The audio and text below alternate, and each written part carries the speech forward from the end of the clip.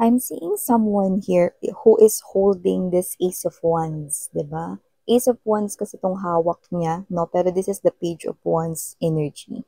So this is like the energy right here of someone who is padalos-dalos. But with the Ace of Wands energy, it looks like gusto niya ng something excitement naman sa buhay niya. Okay? So nakikita ko na parang tamang tulala na lang no sa di kalayuan itong person na to. Pero kung sino man siya, mga babes, no, it looks like this person right here, no, wants something, no. Tingnan natin kung wants something from you or wants something to happen right here. Let's take a look at the situation. Thank you so much, Archangel Michael, together with the angel guides. Tingnan natin kung kani-kaninong mga istorya ng buhay ang ating mahahagip ngayon.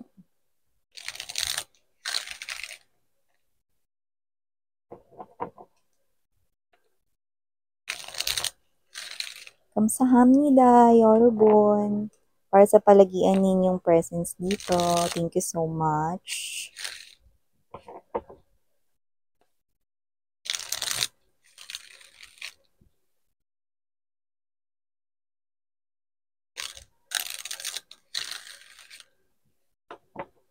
Okay.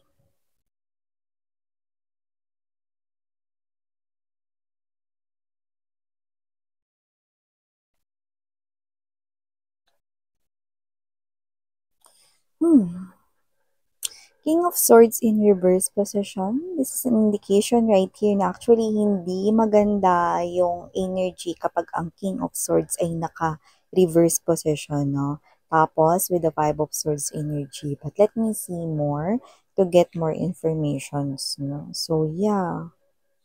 Six of Cups. Four of Coins to the Page of Coins energy. Okay. Seven of Cups, but it's in reverse position. Eight of Swords, Three of Wands, full card energy. Okay.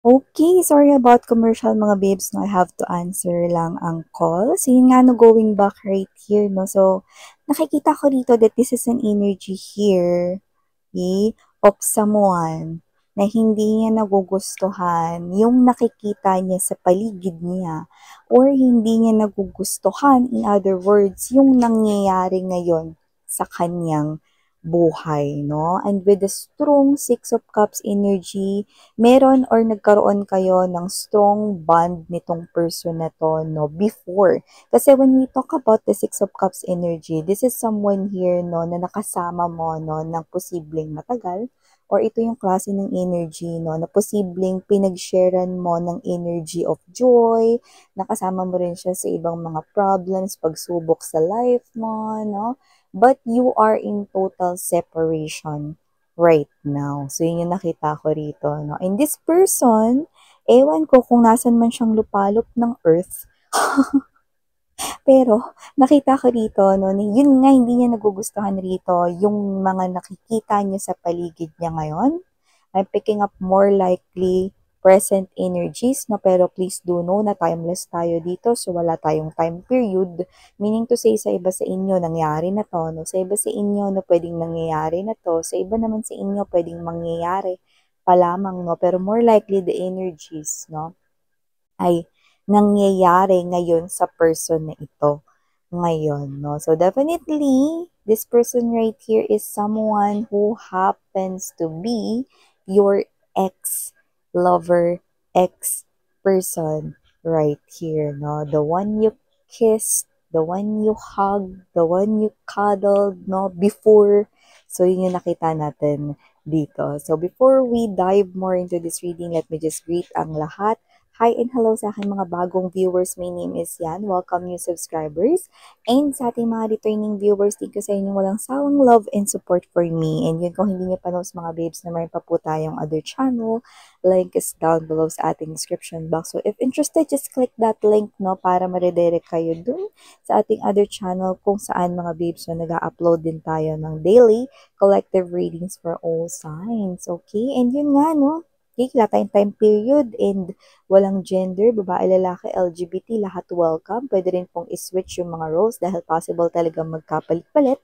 Kasi isa po itong general reading, no? And everybody, malaya kayong gamitin ng free will ninyo. Like, it's up to you kung gusto nyong i-claim yung mga mensahe or hindi. So, dito malinaw na malinaw that with this King of Swords in reverse position together with the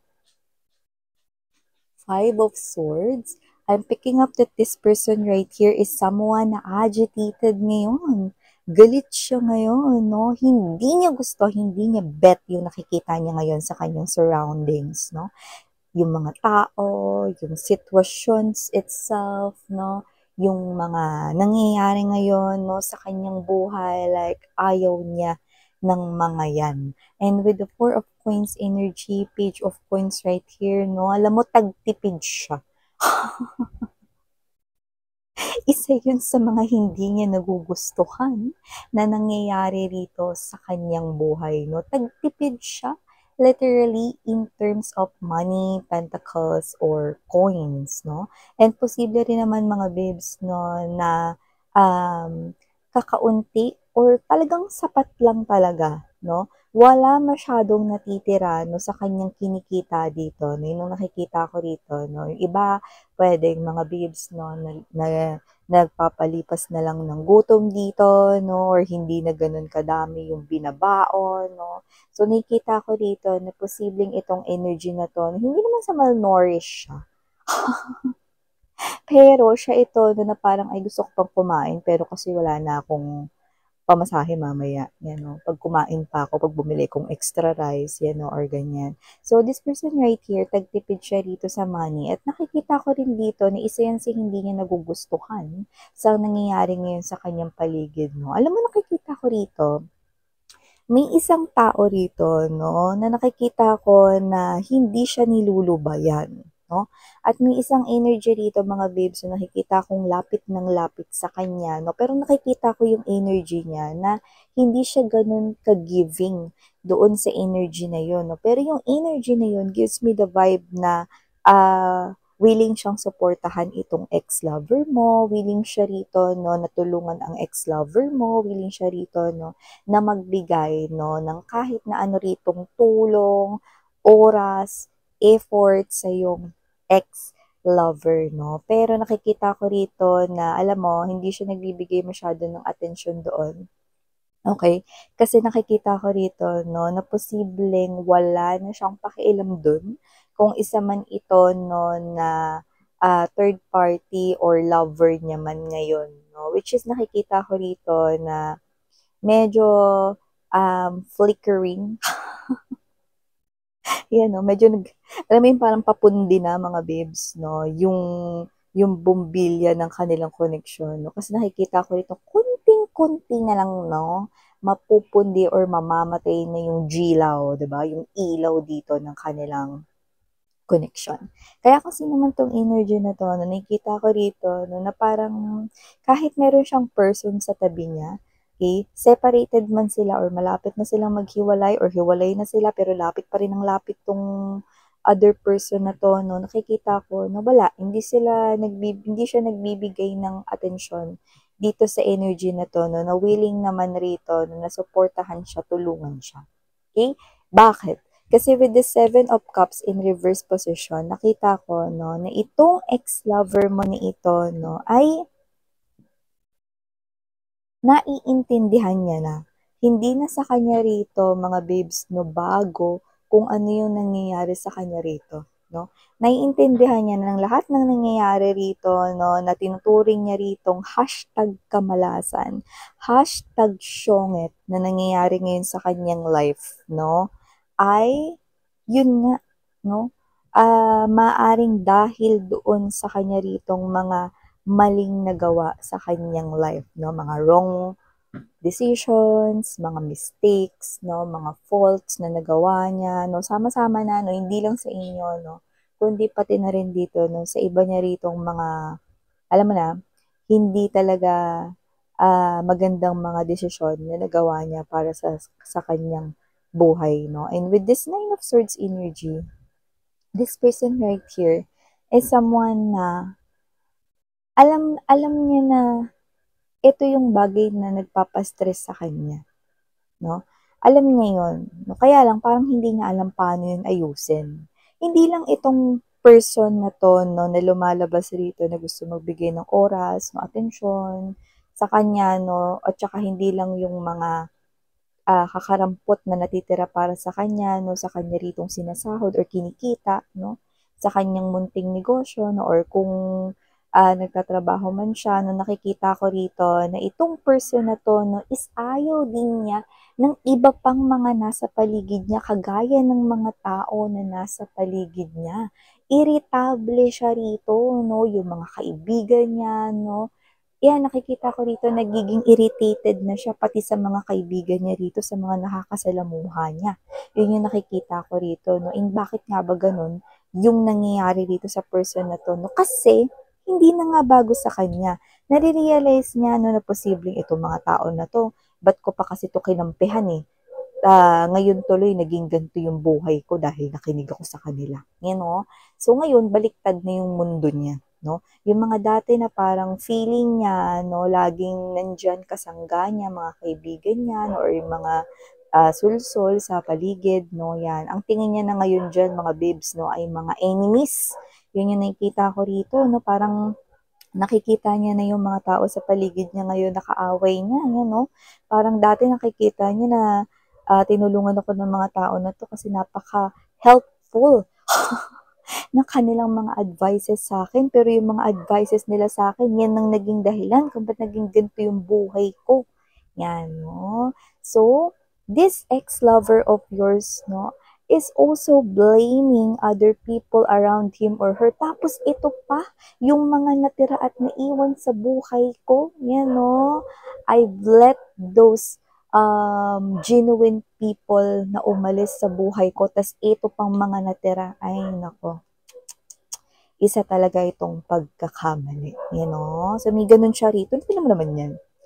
Bukod sa hindi nagiging sapat yung kanya ritong salapi, pera, no, at bukod rito mga babes, no, sa um, person, no, na nasa tabi niya na pabalik-balik sa kanya na ayaw niya naman na, no, at malapit na siya makipagkalas doon, no, or makipaghiwalay. So nakikita ko rito, no, pati na rin yung mga tao sa kanyang paligid. So nakikita ko rito na gusto niya nang makaalis dyan, no. So nakikita ko rito na talagang galit siya sa mundo ngayon. With the Eight of Swords energy, Three of Wands right here, gusto ko ng pagbabago, gusto ko mabago tong sitwasyon ng buhay ko, no? Hindi ko alam kung paano with the full card energy, Three of Wands, and there's this Eight of Swords. Hindi ko alam kung paano, so yun yung sinasabi niya sa sarili niya.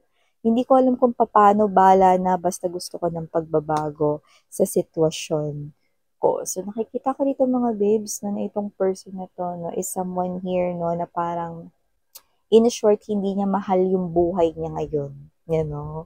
So, kung sino man tong energy na to, no, bukod sa matamlay, galit siya sa mundo. Two of Pentacles energy, Ten of Swords right here, yeah. Okay, ito yung mga wrong decisions, nagbabalik sa kanya rito, no, naisipan, no, and as we all know, no, yung Mercury retrograde, diba? So, alam mo na, no, mas lalo ritong tinamaan itong person na to, no, sa mga realizations rito, no, ng kanyang mga maling gawain. Hindi lang sa inyo, ha, kundi sa lahat na rin, no, ng mga nasagasaan niya before. And gusto niya ritong maging happy, kaya nga sinasabi niya rito, ewan ko paano to aayusin tong buhay ko na to, bahala na daw, pero gusto niya ng pagbabago, no. So nakikita ko rito, hindi niya alam kung makukuha niya yung pagbabago, no, pero yun nga nakikita ko na mas lalong titindi rito, no, yung pag-iisip niya dito sa kanyang sitwasyon, no, at nakikita ko rito that this person right here will be wanting more, will be desiring more, yung changes 'no, sa mga susunod na linggo or mga susunod na buwan dito 'no. Pero nakikita ko na habang hinahabol niya ang pagbabago, mas lalo lamang tumatakbo ang pagbabago sa kanya. Ayan oh, see? This person will definitely chase 'no, yung change. Pero yung pagbabago tumatakbo palayo sa kanya. 'Yan 'no. So, sino kaya ang magwawagi 'no? Yung hinahabol niyang pagbabago o yung pagbabago? Ayan 'no. Alam mo kasi medyo may katigasan ng ulo nitong ano, ex-lover ninyo. Kasi kung sino man siya, nakikita ko rito mga babes 'no, na galit kasi siya rito, 'no. May energy siya na negatibo, yung agitated, frustrated 'no, at tsaka yung energy rito 'no na na walang kagana-gana 'no, dito. Oo, gusto niya ng pagbabago pero walang kagana-gana mga babes 'no, na alam mo 'yun, na pursigihin itong pagbabago na ito 'no. So, nakikita ko rito na, yeah, gusto niya ritong gawin yung makakaya niya 'no, pero 'yun nga sa kabilang banda hindi niya alam ano yung puwede niyang gawin 'no. Plus hindi ko nakikitang nagpapakumbaba din siya, so paano 'yun, 'di ba? So, bahala siya sa buhay niya. Siya lang yung makakatulong dito unang-una sa sarili niya 'no, and the more you chase, the more yung opportunity of change 'no, ay tatakbo din talaga palayo sa kanya 'no. So, nakikita ko rito na patuloy niyang hahabulin yung pagbabago na yun at nakikita ko rito na mas patuloy niya rito na makikita yung buhay niya bilang ganito 'no.